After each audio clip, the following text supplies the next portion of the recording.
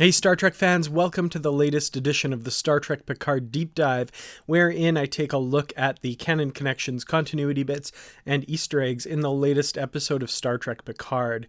This week I'm taking a look at episode 6 of the series, The Impossible Box. Near the beginning of the episode, Narek and Soji talk about the Romulan propensity to have a hidden name.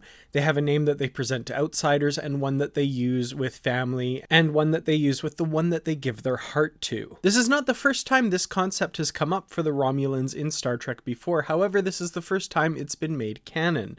If you read the Rihansu series of novels by author Diane Duane, you will find a very similar custom among the Romulans depicted in those novels. This episode makes extensive use of Picard's history with the Borg. We see him getting apprehensive at the very idea of visiting the Borg cube known as the Artifact. This is outlined quite succinctly for the audience who may not have seen the TNG episodes The Best of Both Worlds or the film Star Trek First Contact. Picard, of course, was captured by the Borg and turned into Locutus, and was responsible for the loss of many thousands of Starfleet lives at the Battle of Wolf 359. The episode has Picard mention that his last visit to a Borg cube was not a willing one. This, of course, is a reference to his assimilation as Locutus, as he has not visited a Borg cube since that time.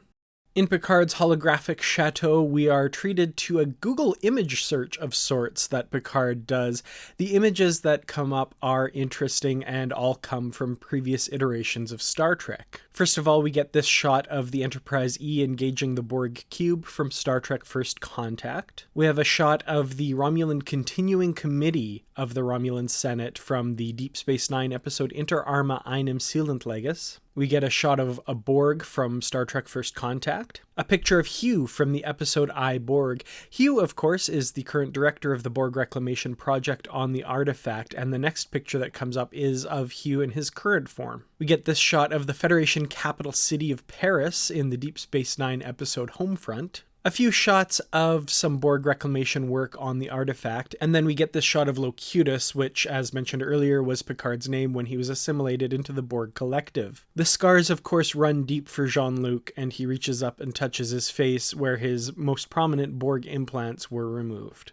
In this scene, we get to see the titular impossible box. This, of course, is a metaphor for a number of things in this episode, but most obviously the character of Soji herself, who Narek is trying to get to open up and reveal the truth that is inside her, that she is an android, and also to reveal the location of where she comes from. The impossible box could also, of course, refer to the Borg cube itself, which at the very end of the episode becomes a very literal sort of impossible box, much like this device here, opening up and revealing hidden places that weren't there before to the right people who possess the knowledge to access it.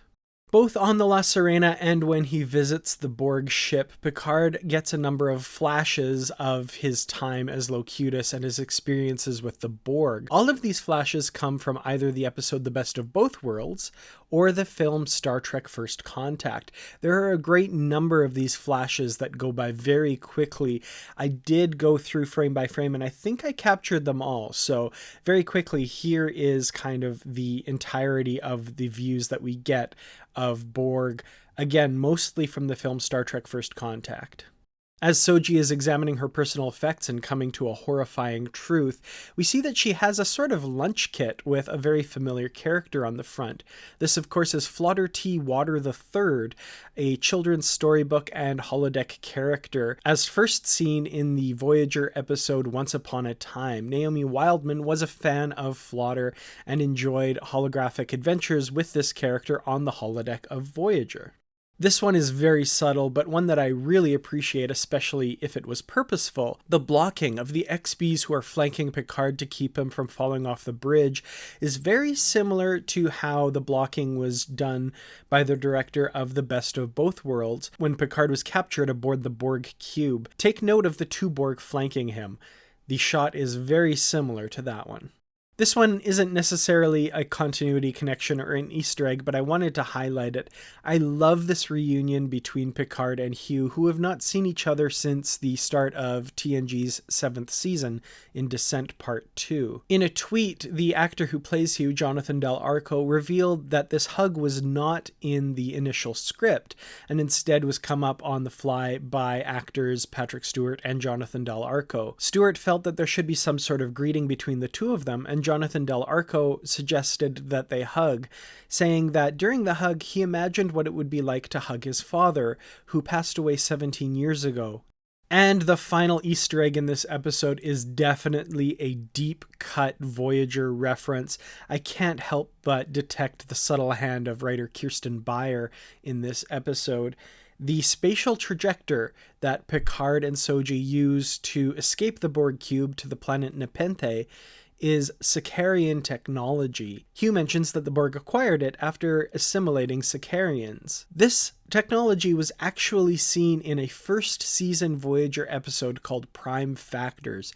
The Sicarians were reluctant to share this technology with the Voyager crew, much to their chagrin, as it was something that may enable the ship to reach home a lot faster. I love the fact that this is such a deep cut reference, but also it's not just a throwaway thing. It was a need in the plot for something to overcome an obstacle, and they found one that fit perfectly within the parameters and made absolutely perfect sense in the context of Star Trek. So kudos to the writers here for using this in a really imaginative and subtle way. Excellent job.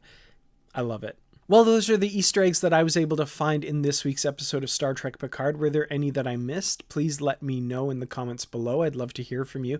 Thank you all so much for watching. And of course, thank you to the Patreon supporters for their help in bringing these videos to you. I really do appreciate it.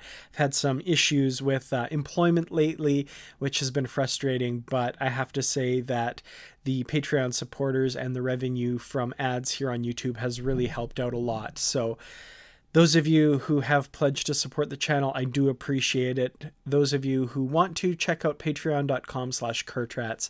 I really do appreciate it. Even $1 a month really helps to bring these videos to you.